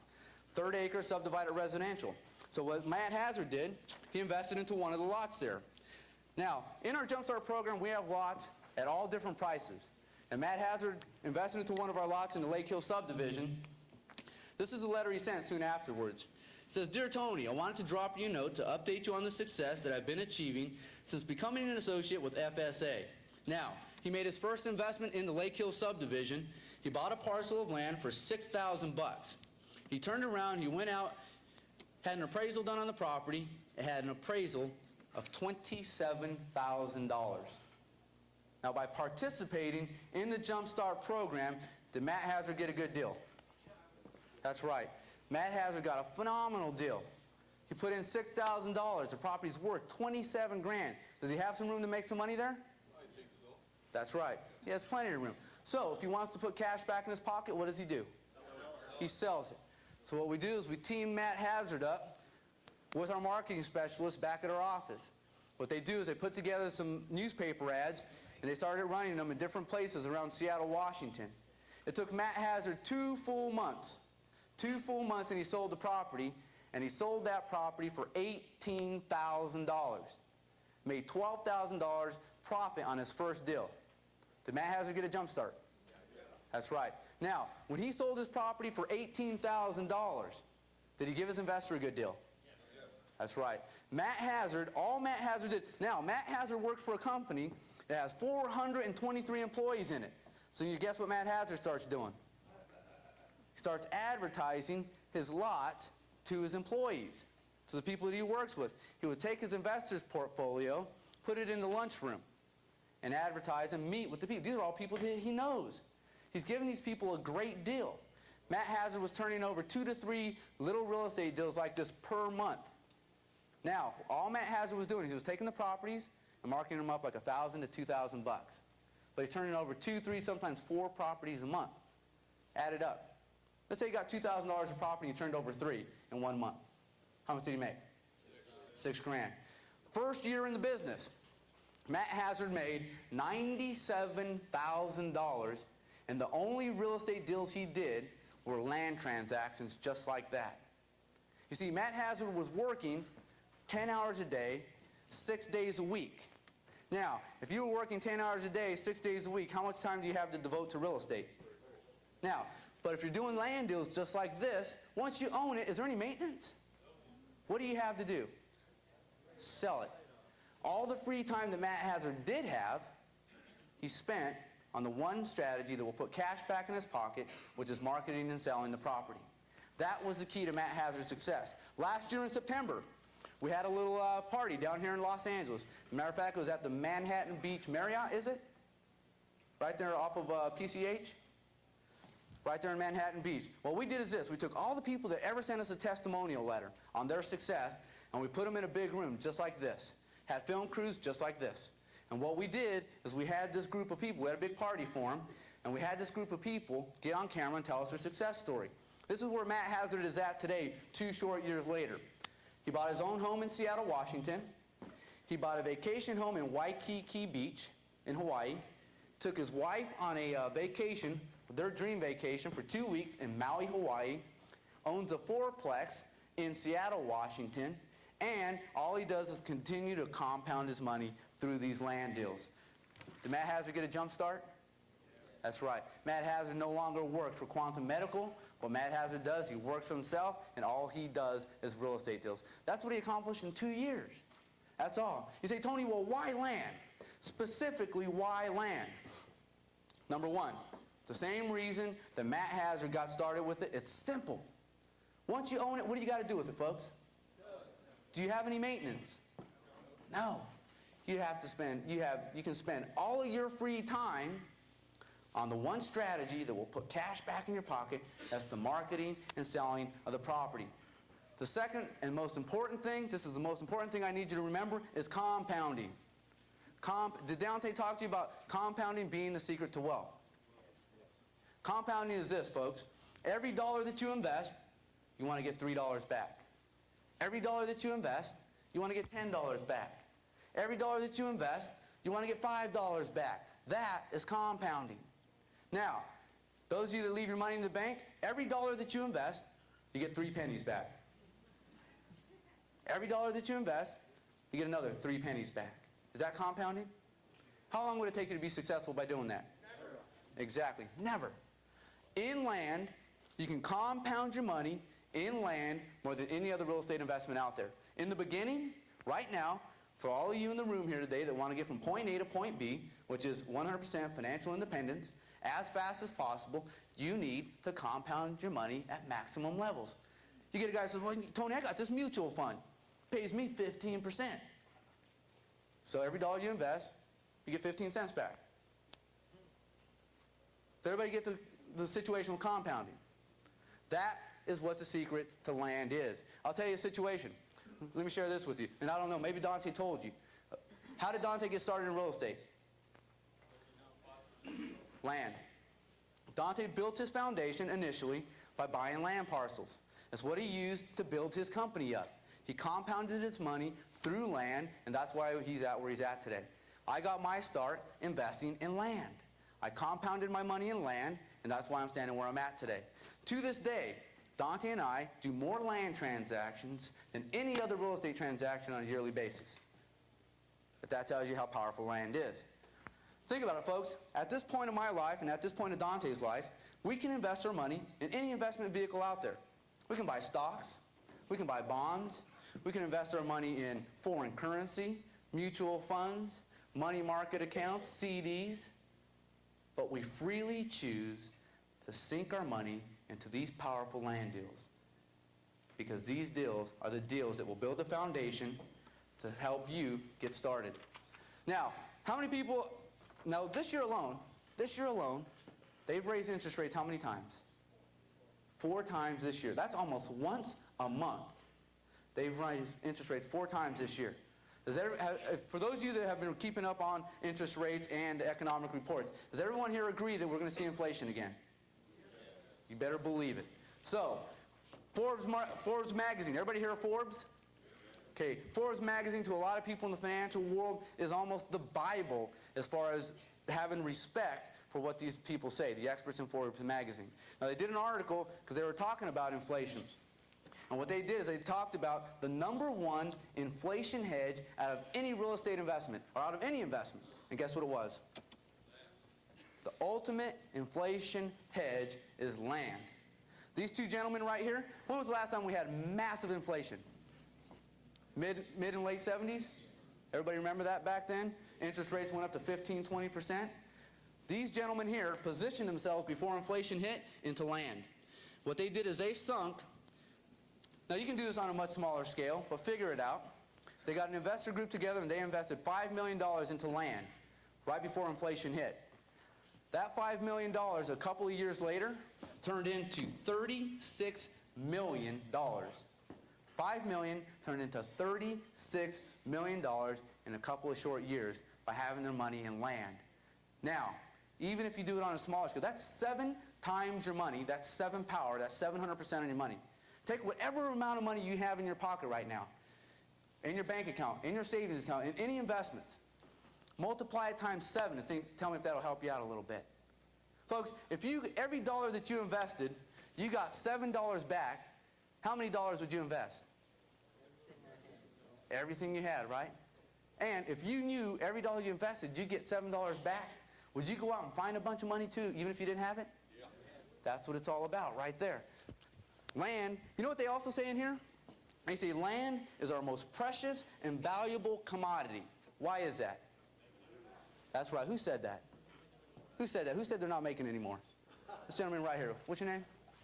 Michael. That was the most intelligent answer I've heard all year long. I told him the answer. Just told him the answer. Folks, in land, what we have is what we have. And when it's gone, it's gone. And when it's gone, what happens to the price? That's right. It goes up. Land right now is do you think it's easy to find these deals, folks, honestly? I mean, we're talking fully improved lots for $3,000. Fully improved, ready to build for $3,000. Everyone is familiar with NAFTA, correct? North American Free Trade Agreement. You have the border between the United States and Canada. If you want to cross that border with goods, it costs you money. What they're doing right now, they have the wrecking ball out. They're knocking that border down. And you can trade freely. No charge. Between the United States and Mexico, you have a wall. If you want to cross that wall with goods, it costs you money. They got the wrecking ball out. They're shattering the wall. Pretty soon, we can freely trade between these 3 countries. What do you think has happened to land value since that's taken place? I'll tell you what's happening right now. There's been a couple of articles out.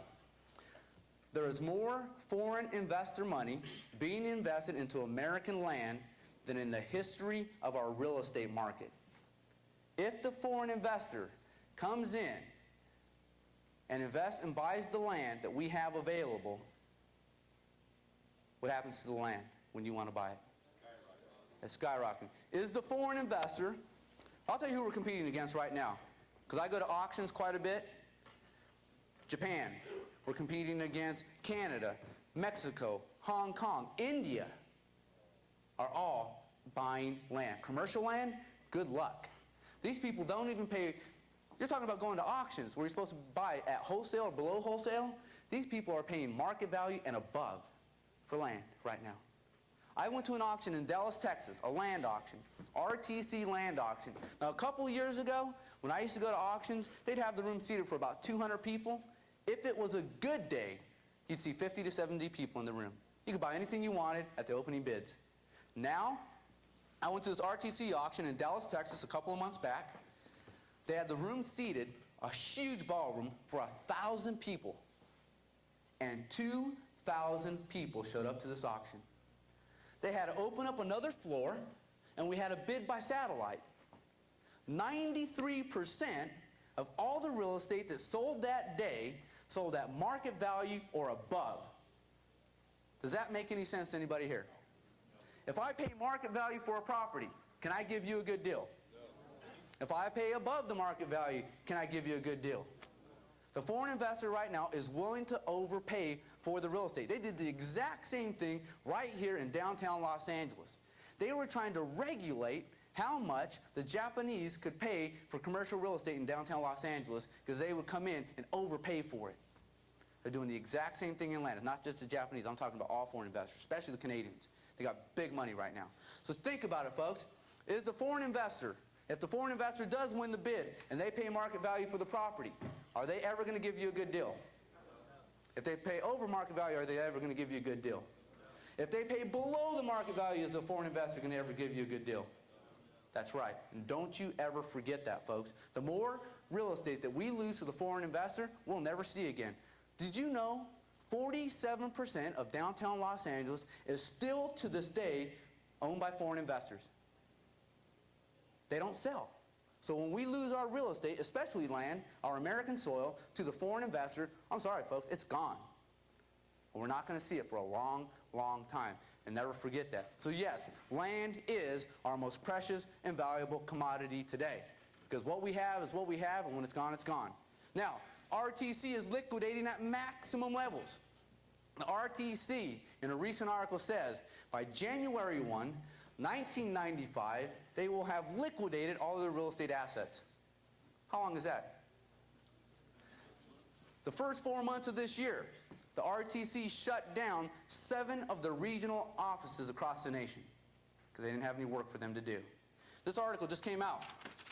You guys may or may not have seen this investment newsletter. It's one that we subscribe to. It says the RTC is down to their last 14% of real estate.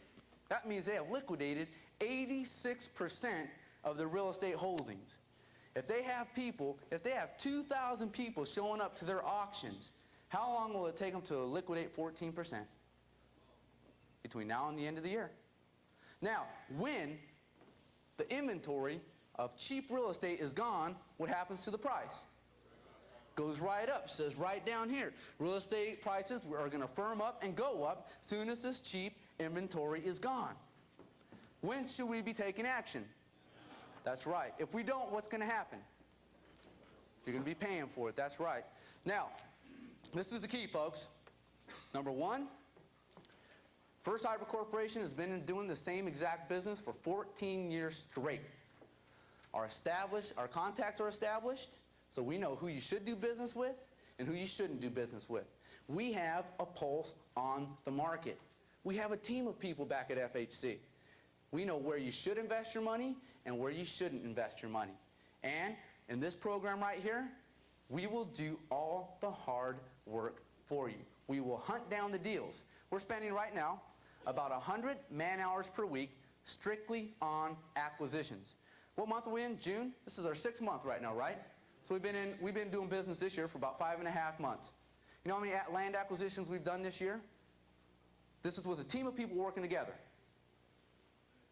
1. Is the market getting tight? That's right, folks. You take advantage of these opportunities now, or don't take advantage of them, or pay market value or above for the real estate. The key is this, folks. Because we have these established contacts, we're doing business with banks, we're doing business with insurance companies, and we have established RTC contacts. So let's say a bank is in trouble. They have a 400-unit apartment complex. They call up our organization. We go in, we pay all cash for 400 a 400-unit apartment complex and we close it in 2 weeks, does it help out the bank? Do we get a good deal? Okay, the next time the bank gets another phenomenal real estate deal, when they pick up their phone, who do they call? That's right. They call us. We've been doing business with a lot of these same people, 10 years, 15 years, 5 years, of just consistently bailing them out of their financial problems and buying all the real estate. So you think we can help you out with good real estate deals? Folks, are they going to call you up when they have a good deal? If you call them up, you think they're going to give you that good deal? That's right, folks. So by being in the same group with us, you get to participate on the same level as we do. And that is the key right now to this program. Land being our most precious and valuable commodity, folks, when it's gone, it's gone. This is what happens. What happens in the stock market when everybody starts buying and buying and buying? The market starts going up, but what do they do to the stocks? They start printing more, right? All they do is sit there and print more. They printed more new stock last year than in the history of the entire stock market since it began. Now, if a bunch of people start buying land and buying land and buying land, can we turn on the printing press? No, it's gone. Out the window. Look at this. Let's talk about fully improved lots. Now that we're on the subject. Lumber costs and lot shortage fuel home prices. Listen to this. The shortage of finished lots is a result of the credit crunch. Many banks and thrifts, burned by bad real estate loans and under pressure from regulators, have refused to finance land development projects. So you get a developer, finds a piece of land, right?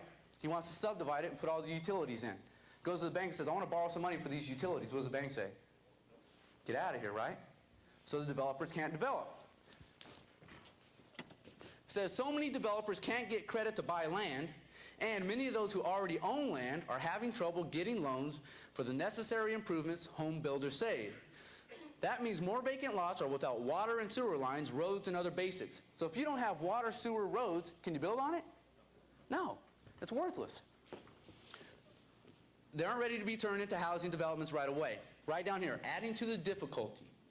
Even if the developers get financing, they might have to wait a year or two to get permits to build streets and install pipes and streetlights. So even if they get the financing, it could be a year or 2 years before they can develop the land. So, if a person has the inventory of fully developed lots in these areas, do you think they're in a position of strength? Does everybody understand that? Are they following me here? Okay. The people that hold the fully improved lots in these areas are in a position of strength. It's like having gold because it is the most precious and valuable commodity and no one can get to it. See, now when a bank has, say, 100 lots, are they going to sell a developer 5 to get started? Or are they going to work with someone that's going to come in and buy all 100 lots in one transaction? Boom. See, the key is this. We come in, I find these land development projects, and I buy them all. I bulk purchase for cash. Boom. Then, now are we working from a position of strength at that point? Yep. You darn right we are. This is where we're making hundreds of thousands, millions of dollars on a monthly basis by working in these areas where there's a huge shortage of lots, where we have an inventory there. When I say that when the land's gone, it's gone, shortage of lots drives the price up, this is what I mean. A couple of years back, when Billings, Montana really, really tightened up, they were out of lot inventory. I went to an auction. See, I could have went to any auction in the nation that month. But Billings, Montana, because they had the hottest market, I chose to go to Billings, Montana. So what I did, I went to Billings, Montana, and I found a subdivision. That subdivision is called the High Sierra Subdivision. And this is it. Now what you're looking at here, this is a paved street. These are fully developed lots. They're ready to build. All the utilities in water, sewer, electricity, telephone, paved streets, and gutters. Ready to build lots. What they're going to sell here are 40 lots. They're going to sell them in bulk for all cash at the auction. The opening bid is only $3,000 per lot. Now let me share this with you. I got to share this with you. To fully improve a lot, if you have raw land and you subdivide it residential, to fully improve a lot, let's talk construction costs, it's going to cost you to put water, sewer, electricity, telephone, paved streets, and gutter. It will cost in hard costs $1 to $1.25 per square foot of the lot. Now that comes from a company called Engineering Incorporated out of Billings, Montana. So, if you have a 5,000 square foot lot, how much is it going to cost you to improve the lot? $5,000 to $6,000, right? If you have a 10,000 square foot lot, it's going to cost you $10,000 to $12,000, $500 just to improve the lot. These lots here are 10,000 square foot lots. The opening bid is 10,000. So like if a developer came in, let's say I had a fully developed lot. If the developer is going to try to get financing to develop it, it's going to cost him 10 grand to develop that lot. If I give it to him for 5 grand, is he going to develop it or buy my lot? That's right. Don't forget that. So what I did is this. I went down to this auction. Now that doesn't look like much. It looks a little barren. But what I want to show you is this. On the left-hand side of the subdivision, what that is, it's a brand new 4-year high school. Brand new. Picture any high school here in Southern California. Have you ever seen a high school that did not have houses built around it? So what do you think is going to happen there? On the right-hand side is an 18-hole professional golf course. Now is there some potential for this subdivision?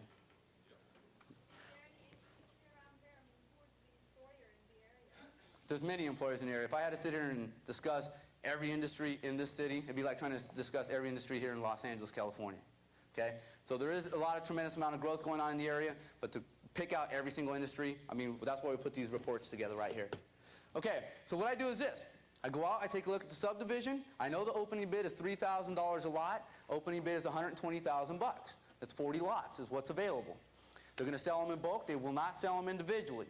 I go into Billings, Montana. I drive down to the auction. Now, when you go to the auctions, like in Billings, Montana, you know, I can't necessarily wear a suit like this into the auction. What you got to do is you got to put on your Billings, Montana outfit.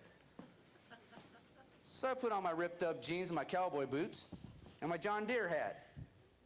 Grabbing the seat right in the middle. Now, there's about 200 people at this auction. I go in, they sell off a couple of properties, then the High Sierra subdivision comes up for bid. They say, folks, we have the High Sierra subdivision, shows a picture of the subdivision. We have 40 lots, opening bid is $120,000. We will not take any bids below the opening bid $120,000. We will not sell these lots individually. We have to sell these lots in bulk. Do we have any bidders?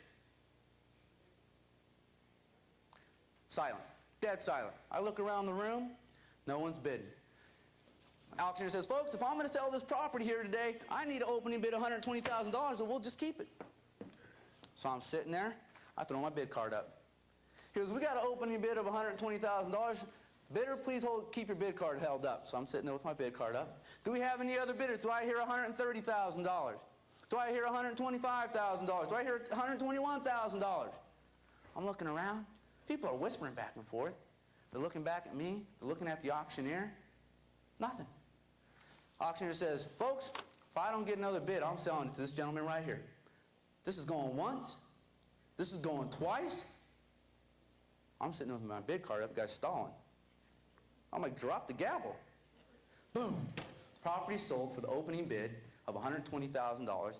I bought all 40 lots for $3,000 a piece, fully improved, 10,000 square foot. At the end of the auction, guy approaches me at the back table while I'm filling out my paperwork. A guy by the name of Tim Sheehan. Tim Sheehan walks up and says, hey, why'd you buy that property? I said, you know, number one, I love your real estate market here. You got a strong economy. You got fast appreciating real estate market. You have a shortage of lots. And I figured if I could buy anywhere near the opening bid, I'd be getting a good deal. He said, well, I had an interest in the property also. He goes, I didn't want to bid against you because I didn't know how high you would run the bid up, and I didn't want to get stuck paying too much for the property. Then I decided to bid, and the gavel hit. So now you own all the property. He said, would you consider selling me your property?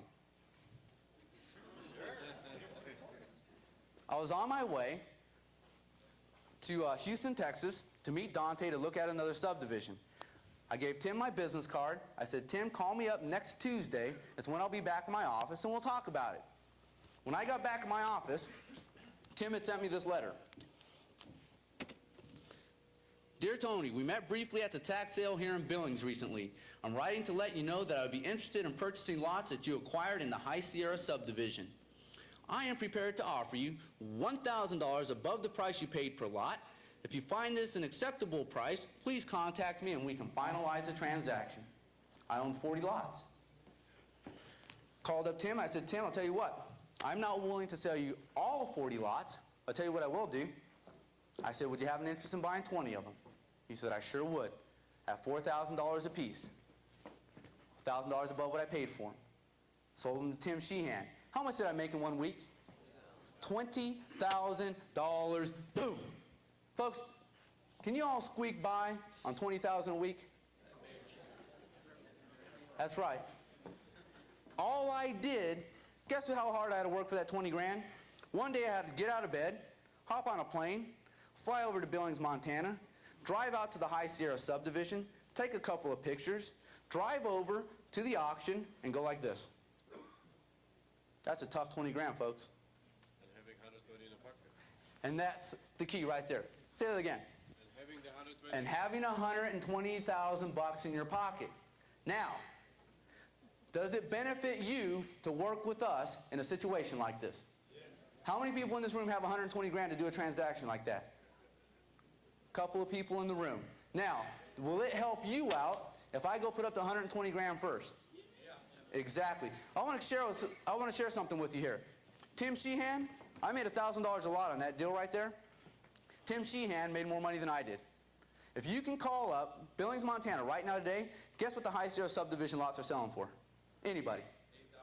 8,000? 12? $15,900 per lot. 15,000. Did Tim Sheehan make a little money? You darn right he did. So what we did is this. Dante and I still have 20 lots. So what we do is this. Last November, we're running a little short on inventory. We had a really small workshop to work with. We took 10 of the lots. I said, you know what? The first 10 people to run to that back table, we'll sell you one of these High Sierra lots for $3,500. One guy jumped up, almost killed himself running to that back table. Guy by the name of Brian Smith. This is in November. Brian Smith, let me talk to you about Brian Smith. Everyone in this room can appreciate this because I'm sure everyone in this room has probably met someone, known someone, or have been a guy like Brian Smith. Brian Smith is stuck right now in a 60s time warp. He lives in Boulder, Colorado, and is a professional student. Been going to school for about 20 years. Long hair and a ponytail, nice scruffy beard, and kind of like, hey, man. Shuffles along. Has a little shop. Sells beads, and he's into like metaphysics and astrology and checks the charts and into human development. You know, that's his gig. Really mellow guy, not really aggressive. This day, he almost lost his Birkenstocks when he was kicking back to that back table. He goes back there. We give him one of these lots for $3,500. This is November. It closes right at the beginning of December. Well, we got the holidays and everything like that. Well, Brian Smith isn't an aggressive guy that wants to work with our marketing team and do all that advertising and all that. So what he does, he calls up Billings, Montana, calls up all the real estate offices and says, hey, what's the name of the guy that sells the most land in your office? Writes the guy's name down. Hey, what's the name of the guy that sells the most land in your office? Writes the name down. Then he calls all these guys up and has them compete for the commission. Says, the guy that bids me the lowest, that will take the lowest commission, I'll let you sell my High Sierra lot. Gets an agent on the job. He starts advertising it right around the beginning of February. 1 month later. So what does Brian Smith have to do as far as work for this deal? He has an agent on the job, right? 1 month later, April 22nd, this is a check from Billings Title and from First Montana Title Company out of Billings, Montana. Turned around, sold a lot, $8,323.80. Sold it for $10,000 cash.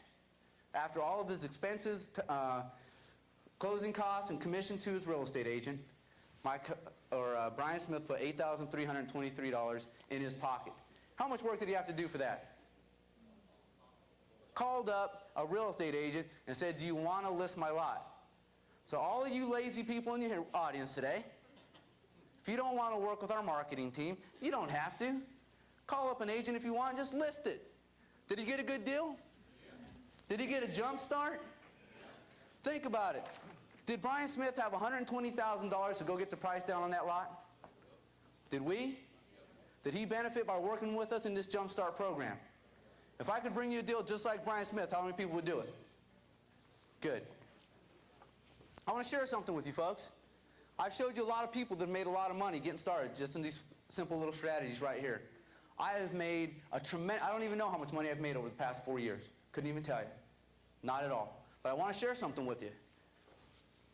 None of what I have right now, not one thin dime of it, was ever given to me. I did not start with cash in the bank. I did not come from a family that has a lot of money. I came from a family that could not ever make its bills. Okay? Let me just tell you about my father. My father has worked in a factory for 30 years now. Everybody here, Campbell Soup? Okay, my dad worked at Campbell Soup up in Sacramento, California for the first half of my life. Right now, anybody hear of Leprino Foods? Leprino Foods is located in Central California. That's where my father works right now. Every time you eat a Pizza Hut pizza, my dad helped make that mozzarella cheese. My dad's a mozzarella cheese maker. That's what he does for a living. My mother has never held down a formal job in her entire life. Her job was this. She raised 3 children. That was her job. That's where my background comes from. Folks, if I can do it, everybody sitting in this room can do it. I hit rock bottom. Folks, I'll challenge you on this. I have been lower than low, broker than broke. Broker than anybody sitting in this room today, because I wouldn't have been able to sit here a couple years back. Matter of fact, when I hit rock bottom, I was living right there in San Diego, California. I will never forget the day that I hit what I would consider rock bottom. I know there's people in this room here today that have been broke in their life. But no one knows what it's like to go hungry, I don't think. Not like I had to. When you go a day with not one solid piece of food, that's broke. And that's starving. When you talk about starving, that's starving. And I was living in this little apartment, and I was 4 days away from eviction. And I did get evicted out of this apartment. But I was sitting at home, starving to death, opened up my fridge to see whatever was left I would eat. And the only thing left in my refrigerator was a half a sack of oranges. And I remember sitting on my living room floor in the dark, peeling and eating every single one of them oranges just to survive. I haven't eaten an orange since. And I do not say that for any other reason. I'm not looking for pity. I don't need your pity. What I'm looking for is this. I want you to recognize one thing. That day on that floor, I recognize one thing. If I sit here and wallow in my problems, what am I going to get? That's right. Folks, you sit there and wallow in your problems, what do you get? That's right. Those of you that say, you know what? I got to meet my monthly obligations, and you focus just on meeting your monthly obligations, what happens? That's right. You meet your monthly obligations. Those of you in the room here that decide to make the decision to focus all your energy on achieving your dreams, what do you get? You achieve your dreams, folks. The only thing I did different than that day is I made a decision that I was not going to wallow in my problems anymore. I was going to have to make a change, and what I started doing was searching and looking for a way on how I could achieve my dreams. I focused all the energy that I had left in me on focusing towards my dreams. Folks, dreams are the fuel that will drive the average American to go out and become 100% financially independent. When I was just first getting started, folks, my parents, you know where they came from. My main motivation was to help my parents out. They're getting ready to retire pretty soon. My main motivation was to help my parents out because I did not want my parents to suffer the poverty that the average American suffers from when they reach the retirement years. What are you going to do, folks? Live off of Social Security? I'm basically an engineer by training. I have 2 degrees in electrical and chemical engineering, and I've studied a lot of numbers and things. I'm kind of tired of having an intellectual orgasm. This is for the first time I have a financial orgasm, and I'm going to continue this forever. The most important and above all, what really interests me most and impressed me most is not only all the speakers know they're talking, that they are talking, thinking through their head, and yet talking through their heart, their compassion and the readiness in helping people. And this is something really that makes me feel very happy.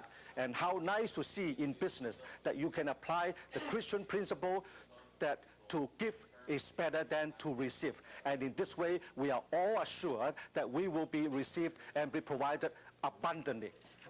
We took advantage of some of the lots in Oklahoma.